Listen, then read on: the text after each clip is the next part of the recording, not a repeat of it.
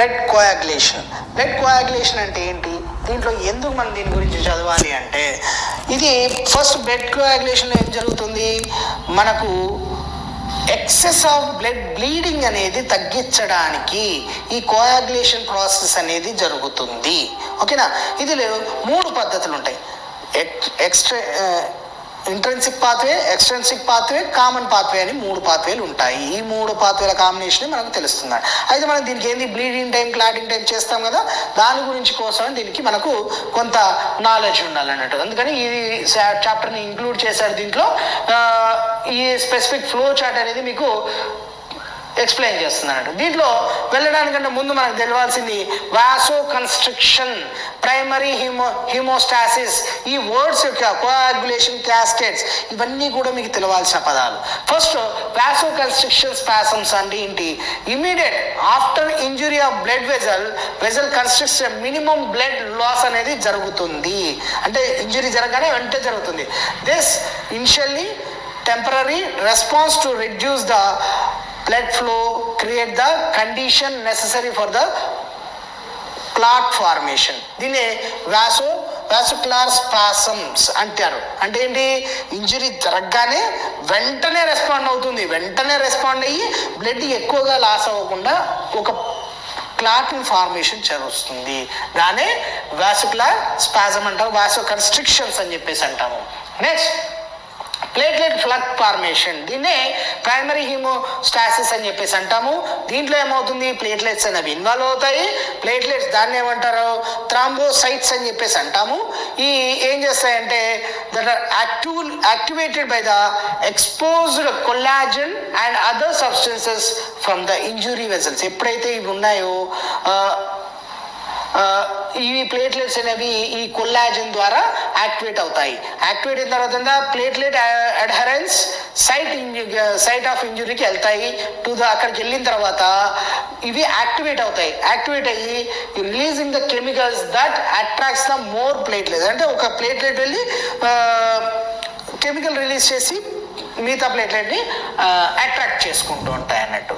ఈ ప్లేట్లెట్స్ ఒకదానికోటి అతుక్కొని platelet ఫ్లగ్ formation అనేది జరుగుతుంది. ఇది టెంపరర్గా ఆ ప్లగ్ అనేది టెంపరరీగా ఇది బ్లాకేజ్ అనేది ఏర్పడుస్తుంది. నెక్స్ట్ కోయాగ్యులేషన్ క్యాస్కేడ్స్ వచ్చేసి సెకండరీ టైప్ ఆఫ్ హిమోస్టాసిస్ అని చెప్పేసి అంటాం. ఇందులో intrinsic pathway, extrinsic pathway, common pathway అని చెప్పేసి అంటాం. ఇంట్రెన్సిక్ పాత్వేలో ఏముంటుంది, activated by the damaged blood vessels అనేది మనం చూస్తూ ఉంటాం. కొలాజన్ ఎక్స్పోజర్ ఉంటుంది, దాని ద్వారా ఇంట్రెన్సిక్ పాత్వే అనేది యాక్టివేట్ అవుతుంది. సెకండ్ వచ్చేసి ఎక్స్ట్రెన్సిక్ పాత్వే అంటాము. దీనిలో activated when tissue factor TFI is exposed at the injury site. అంటే టిష్యూ ఫ్యాక్టర్ ఎప్పుడైతే మనకి ఎక్స్పోజ్ అవుతుందో అప్పుడు మనకు ఈ ఎక్స్టెన్సివ్ పాత్వే అనేది యాక్టివేట్ అవుతుంది. Common pathway whether 2 pathways merges leads to the formation of thrombin అనేది ఫార్మేషన్ చేస్తుంది. దాన్ని ఈ ఫార్మేషన్ అని చెప్పేస్తాడు. ఫస్ట్ కామన్ పాత్వే అని చెప్పేసి అంటాం. ఫస్ట్ దీంట్లో ఫార్మేషన్ ఆఫ్ ఫైబ్రిన్ మెష్ అనేది చూద్దాం. ఫైబ్రిన్ మెష్ ఎలా ఫామ్ అవుతుందో.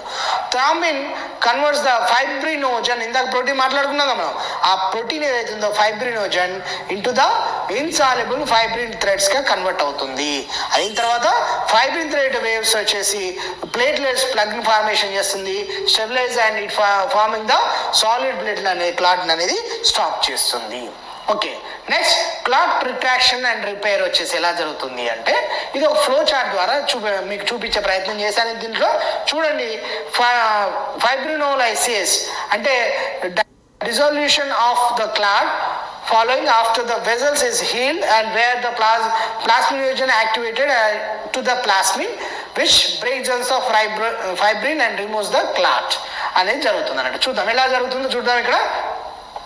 ఇక్కడ ఏంటి, బేసిక్గా ఫైబ్రోలైసిస్ జరుగుతుంది. ఫైబ్రోలైసిస్ అంటే ఏంటిది, ఎక్కడైతే హీల్ అయిందో అక్కడ మనకు క్లాట్ ఏర్పడుతుందో ఆ క్లాట్ని డిజాల్వ్ చేసి పర్మనెంట్గా క్యూర్ చేసేది ఫైబ్రోలైసిస్ అనేది జరుగుతుంది. కోయాగ్యులేషన్ అవుతుంది అన్నట్టు. ఇది flow chart of blood coagulations చూసినట్టయితే, injury to the blood vessel injury అనేప్పుడు ఏమవుతుంది, వాస్కులర్ స్పాజమ్స్ జరుగుతుంది. తర్వాత ప్లేట్లెట్ ప్లగ్ అనేది ఫార్మేషన్ జరుగుతుంది. జరిగిన తర్వాత యాక్టివేషన్ ఆఫ్ కోయాగ్యులేషన్ క్యాస్కేడ్స్ వచ్చేసి intrinsic pathway or extrinsic pathway రెండింటి ద్వారా జరుగుతుంది. జరిగిన తర్వాత కామన్ పాత్వేలోకి వెళ్తాయి. వెళ్ళిన తర్వాత ఏమవుతుంది, conversion of factor 10 to factor 10A prothrombin to thrombin అనేది ఫామ్ అవుతుంది. దాని తర్వాత ఫైనల్గా ఫైబ్రిన్ మెష్ ఫార్మేషన్ జరుగుతుంది. Fibrin mesh formation fibrinogen to the fibrin form అవుతుంది. దాని తర్వాత the fibrin strengthen to the clot, ఇది వచ్చేసి స్టేబుల్గా చేయడానికి స్ట్రెంథన్ ఇస్తుంది. దాని తర్వాత క్లాట్ రిట్రాక్షన్, మొదల ఫామ్ అయిన క్లాట్ ఉంది కదా, దాన్ని రిట్రాక్షన్ జరుగుతుంది. హీలింగ్ ఆఫ్ వెజల్స్ అనేది జరుగుతుంది. నెక్స్ట్ క్లాట్ రిమూవల్ అనేది plasminogen to plasmin break down తో ఫైబ్రిన్ గా చేస్తున్నాడు. These are the one. Components వచ్చేసరికి మనకి ఇక్కడ మీకు ఈజీగా అర్థమవడానికి డయాగ్రామ్ కూడా ఇచ్చాను. దీనిలో కాంపోనెంట్స్ వచ్చేసరికి platelets, clotting factors, vitamin K and calcium ions అనేవి ఇన్వాల్వ్ అవుతాయి అన్నట్టు. మీరు గుర్తుంచుకోండి, platelets, clotting factors, vitamin K and calcium అనేది ఇన్వాల్వ్ అవుతాయి అన్నట్టు. అయితే క్లాటింగ్ ఫ్యాక్టర్స్ వచ్చేసరికి ఇక్కడ ఏమి వస్తున్నాయంటే plasma proteins that become activated during the cascade. The important one includes factor 1 fibrinogen, factor 2 prothrombin, factor 5, factor 7, factor 8, factor 9, factor 10 అనేవి ఈ క్లాటింగ్ ఫ్యాక్టర్స్ అన్నట్టు ఇవి ఇన్వాల్వ్ అవుతాయి, యాక్టివేట్ అవుతాయి by plasma proteins. Okay, next vitamin K అనేది చాలా చాలా essential for the synthesis of clotting factors. Okay, calcium ion, ఈ కాల్షియం అయన్ ఏం చేస్తాయంటే crucial for the proper functioning of main coagulation factors అన్నట్టు. ఇది మనకు మెయిన్ ఫ్యాక్టర్స్. ఇప్పుడు క్లాటింగ్ ఫ్యాక్టర్కి వచ్చినప్పుడు చూద్దాం. ఇక్కడ డ్యామేజ్ జరిగిన సర్ఫేస్లో ఏమవుతుంది, ఇది కాంటాక్ట్ ద ఇంట్రెన్సిక్ పాత్వే, ఇది tissue factor pathway, extrinsic pathway అంటాము. ఇది కూడా కామన్ పాత్వే కింద మనం చెప్పొచ్చు. అయితే ఇంట్రెన్సిక్ పాత్వే ఎలా అవుతుంది, ఫస్ట్ డ్యామేజ్ జరగగానే ఈ 11A అనేది 11 కాస్త 11Aగా మారుతుంది. 11A వచ్చేసి 12 వచ్చేసి 12Aగా కన్వర్ట్ అవుతుంది. డ్యామేజ్ సర్ఫేస్లో ఉన్న ఈ ఏవైతే ఫైబ్రినోజన్స్ ఉంటాయో అవి వచ్చి మనకు ఇక్కడ యాక్టివేట్ చేసిన తర్వాత 12 వచ్చేసి 12Aగా కన్వర్ట్ అయింది. ఈ 12A వచ్చేసి 11ని యాక్టివేట్ చేసి 11Aగా మారింది. ఈ యాక్టివేటెడ్ 11A వచ్చేసి 9ని యాక్టివేట్ చేస్తుంది, అది 9Aగా మారుతుంది. ఈ 9A because of the PL calcium and 8 ద్వారా ఈ అన్ని కలిసి కూడా 10ని యాక్టివేట్ చేస్తాయి. 10 యాక్టివేట్ చేసిన తర్వాత ఈ 10 వచ్చేసి సెకండ్ యాక్టివేట్ చేస్తుంది, సెకండ్ వచ్చేసి 1 యాక్టివేట్ చేస్తుంది. 1 తర్వాత క్రాస్ లింక్ ఫైబ్రిన్ క్లాట్ అనేది ఫార్మేషన్ జరుగుతుంది. ఇది మనకు ఒక రకమైన ఇంట్రెన్సిక్ పాత్వే అన్నట్టు. ఎక్స్ట్రెన్సిక్ పాత్వేకి వచ్చినప్పుడు ఏమవుతుందంటే డైరెక్ట్ టిష్యూ డ్యామేజ్లో టిష్యూ ఫ్యాక్టర్ రిలీజ్ అవుతుందో, టిష్యూ ఫ్యాక్టర్ వచ్చేసి 7ని యాక్టివేట్ చేస్తుంది. 7 యాక్టివేట్ చేసిన తర్వాత 7 డైరెక్ట్గా వచ్చేసి 10Aగా కన్వర్ట్ చేస్తుంది. 10A వచ్చేసి అగైన్ 2ని ఏగా కన్వర్ట్ చేస్తుంది. 2 వచ్చేసి 1ని యాక్టివేట్ చేస్తుంది అండ్ ఇక్కడ 13ని కూడా యాక్టివేట్ చేస్తుంది. చేసిన తర్వాత క్రాస్ లింక్ ఫైబ్రిన్ క్లాట్స్ అనేది ఫార్మేషన్ జరుగుతుంది. జరిగిన తర్వాత క్లాట్ ఫార్మేషన్ అనేది జరుగుతుంది. దీని ద్వారా మనకు క్లాటింగ్స్ అనేది జరుగుతుంది. ఓకేనా, దీంట్లో మనకు అడిగే బేసిక్గా క్వశ్చన్స్ ఏంటంటే what are the clotting factors involves in the intrinsic pathway or extrinsic pathway, which factor is involved in the common pathway. ఇలాంటి క్వశ్చన్స్ అనేవి దీంట్లో వస్తుంది. And this is about the clotting factors. ఓకేనా, ఇంట్రెన్సిక్ పాత్వేలో బేసిక్గా వచ్చేసి మనకు starts from the intrinsic pathway always ఏంటి వస్తుంది, ఇంటర్నల్ బ్లడ్ వెసల్ డ్యామేజ్ ద్వారా ఫామ్ అవుతుంది. ఎక్స్టర్నల్ పాత్వే వచ్చేసి activated by the external trauma or involves in the releasing of tissue factor releasing వల్ల వస్తుంది. కామన్ పాత్వే వచ్చేసి బోత్ ద పాయింట్స్ వచ్చి ఒకే దాని మీద అవుతుంది. దీనివల్ల బోత్ రెండింటి వల్ల కూడా కలిసి ఫైనల్గా క్లాట్ అనేది ఫామ్ అవుతుంది. దాన్నే కామన్ పాత్వే అని చెప్పేసి చెప్తూ ఉంటాము. This is about the clotting factor. Thank you. So in continuation of this, here we are discussing about the principles of estimation fibrinogen, prothrombin time, APPTT and డీటెయిల్స్కి మనం చూస్తూ ఉన్నాం. దీంట్లో ఏం జరుగుతుంది అంటే estimation of plasma fibrinogen, prothrombin time and activated partially thromboplastin time, దాన్నే APTT అని చెప్పి ఏపీటీటీ టెస్ట్ అని చెప్పేసి అంటాము. ఇది ఏం చేస్తుందంటే ఇది ఎందుకు యూజ్ అవుతుందంటే హీమోస్టాటిక్ సిస్టమ్గా అసెస్ ద కోయాగులేషన్ డిసార్డర్ని అసెస్ చేయడానికి ఇవి మనకు యూజ్ అవుతుంది. అయితే దీంట్లో ఫస్ట్ ప్లాస్మా ఫైబ్రినోజన్ ఎస్టిమేషన్. ఇది బేస్ ప్రిన్సిపల్ ఎలా ఉంటుంది, clot based method clot based మెథడ్గా చూస్తాము. దీన్ని క్లాసెస్ మెథడ్ అని చెప్పేసి అంటాము. దీని ఏమంటుంది, దీంట్లో ఏమవుతుంది, the Clauss method is most widely used for the fibrinogen estimation use చేస్తాము. Test based on principle fibrinogen added to the thrombin solution will form a clot అనేది ఉంటుంది అన్నట్టు. సో దీని టెస్ట్ ప్రొసీజర్ వచ్చేసి ప్లాస్మా శాంపుల్ తీసుకుంటాము. తీసుకున్న తర్వాత citrate plasma ఈ ట్యూబ్లో తీసుకోవాలి. తీసుకున్న తర్వాత fibrinogen stable in this anticoagulant. దాన్ని ఏం చేస్తాము, నెక్స్ట్ థ్రాంబిన్ రియేజెంట్ దానికి యాడ్ చేస్తాము. యాడ్ చేసిన తర్వాత క్లాట్ ఫార్మేషన్ జరుగుతుంది. Thrombin convert the fibrinogen to fibrin farming A clot అనేది వస్తుంది అన్నట్టు. దాన్ని మెజర్ చేస్తాం. ఎలా మెజర్ చేస్తామంటే కోయాగులోమీటర్ ద్వారా మనం దాన్ని మెజర్ చేస్తుంటాము. క్యాలిక్యులేషన్ వచ్చేసి fibrinogen concentration calculate based on the clotting time compared to the reference standard చేసుకుంటూ ఉంటాం అన్నట్టు. ఇది రెఫరెన్స్ రేంజ్ చేసుకుంటాము.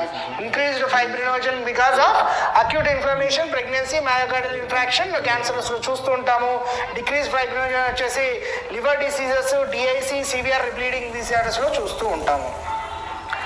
అలానే next prothrombin time estimation. Prothrombin time estimation ఎలా చేస్తాము, ప్లాస్మా శాంపుల్ సిట్రేట్లో తీసుకుంటాము. క్లాటింగ్ ప్రివెంటివ్ శాంపుల్ తీసుకొని దాని తర్వాత టిష్యూ ఫ్యాక్టర్ని యాడ్ చేసుకుంటాము. టిష్యూ ఫ్యాక్టర్ యాడ్ చేసుకున్న తర్వాత కాల్షియం యాడ్ చేసుకుంటాము. Effect the enable the clot factor. ఎందుకు యాడ్ చేసుకుంటామంటే ఇట్ ఎనేబుల్ ద సిట్రేట్ ఏంది, యాంటీకోయాగులెంట్ కదా, యాంటీకోయాగులెంట్ని డియాక్టివేట్ చేయడానికి కాల్షియం యాడ్ చేసుకున్నాం. దాని తర్వాత క్లాట్ ఫార్మేషన్ జరుగుతుంది. క్లాట్ ఫార్మేషన్ జరిగిన తర్వాత సేమ్గా ఎలా చేస్తాం, clotting time compare with the control ప్లాస్మాతో చూసుకుంటాము. చూసుకున్న తర్వాత క్యాలిక్యులేషన్ ఇంటర్నేషనల్ నార్మలైజ్ రేషియోగా చూసుకుంటూ ఉంటాము. చూడండి ఇలా INR is PT patient by PT control by whole square 1 ISI అంటాము. ISI అంటే ఏంటిది, ఇంటర్నేషనల్ సెన్సిటివ్ ఇండెక్స్ అని ఉంటుంది.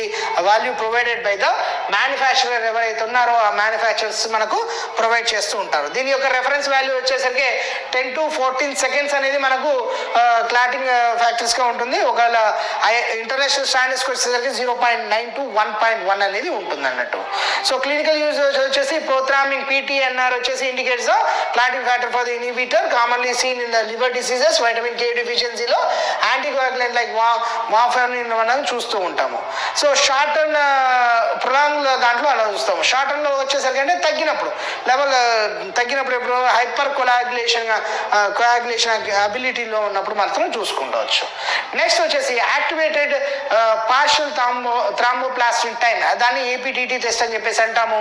ఈ టెస్ట్ బేసిక్గా దేనికంటే coagulation intrinsic common pathway of coagulation Cascade అని చెప్పేసి అంటాము. దీనికి clotting formation after addition of activator, phospholipids and calcium to the plasma sample చేసిన తర్వాత ఈ టెస్ట్ చేస్తాం. దీంట్లో యాజ్ యూజువల్గా మనకు సిట్రేట్ శాంపుల్ తీసుకోవాలి. సిట్రేట్ శాంపుల్ తీసుకున్న తర్వాత అడిషన్ ఆఫ్ రియేజెంట్ యాడ్ చేసుకోవాలి. యాక్టివేటర్ ఉంటుంది దాంట్లో కాలోయిని, సిలికా, ఎలాజిక్ యాసిడ్ అనేది యాడ్ చేసుకుంటాము. చేసుకున్న తర్వాత యాక్టివేటెడ్ ఫ్యాక్టర్ ఏదైతే ఉందో 11ని మనం దీన్ని ఇక్కడ 12ని ఇక్కడ యాడ్ చేసుకుంటాము. డైరెక్ట్గా 12 యాడ్ చేసుకున్న తర్వాత ఇంట్రెన్సిక్ పాత్వే అనేది యాక్టివేట్ అయిపోతుంది. దాని తర్వాత ఏమవుతుంది, అడిషన్ ఆఫ్ పాస్పోలిపిడ్స్ చేసుకున్న తర్వాత ఏమవుతుంది, మిమిక్ ప్లేట్లెట్ మెంబ్రేన్ అనేది సర్ఫేస్ అనేది ఫామ్ అవుతుంది. దాని తర్వాత కాల్షియం యాడ్ చేస్తాము. కాల్షియం యాడ్ చేసిన తర్వాత కాల్షియం ఏమేం చేస్తుందంటే యాంటీకోయాగులెంట్ సిట్రేట్ని ఇది చేస్తుంది, ఈ యాంటీకోయాగులెంట్ని డియాక్టివేట్ చేస్తుంది. దాని తర్వాత క్లాట్ ఫార్మేషన్ జరుగుతుంది. జరిగిన తర్వాత ఇది నార్మల్ ఇదే జరుగుతుంది అన్నట్టు. జరిగిన తర్వాత దీని రిఫరెన్స్ రేంజెస్ ఏముంటుంది, 25 to 40 seconds ఇది అంతా జరగాలి. Depends upon the reagents used అనేది ఉంటుంది. క్లినికల్ యూజెస్ వచ్చేసి ప్రొలాంగ్డ్ APTT వచ్చేసి మనం ఏమంటాం, దాన్ని ఇండికేట్స్ దట్ లంప్స్ కానివ్వండి, విల్బర్సన్ డిసీజ్ కానివ్వండి, యాంటీకోయాగులెంట్ థెరపీలో ఉన్న వాళ్ళకు విత్ హెపారిన్లో ఉన్న వాళ్ళకు ఇది ప్రొలాంగ్లో ఉంటుంది. షార్ట్ ATPV వచ్చేసి హైపర్ కోయాగులబుల్ స్టేటస్లో ఉన్న వాళ్ళకు తెలుస్తుంది అన్నట్టు. ఈ ఫ్యాక్టర్స్ ఎఫెక్ట్ చేసేది ఏంటి అంటే citrus concentration, temperature, quality of reagent, patient conditions వచ్చేసి ఈ టెస్ట్ని చేస్తూ ఉంటాయి. అయితే ఈ టెస్ట్ టెక్నిక్స్ వచ్చేసి ఫైబ్రినోజన్ వచ్చేసి ఇవన్నీ కూడా నేను టెక్నిక్స్ అన్ని కూడా మీకు దీంట్లో నార్మల్ లెవెల్స్తో పాటు ఇచ్చాను మీకు. సో పైన ఎక్స్ప్లెయిన్ చేసింది ఏదైతే ఉందో దాన్ని టేబుల్ ఫామ్లో కూడా ఇచ్చాను for the better understanding and further క్లియర్గా మీరు చూసుకోవడానికి మీకు ఇది అర్థమవుతుంది. అండ్ ఫాలోడ్ బై దీన్ని మీకు నోట్స్తో పాటు మేము MCQs కూడా ఎక్స్ప్లెయిన్ చేయడం జరుగుతుంది. ఓకేనా? Thank you. Hope you are understood this topic, and I'll come with another topic. Thank you.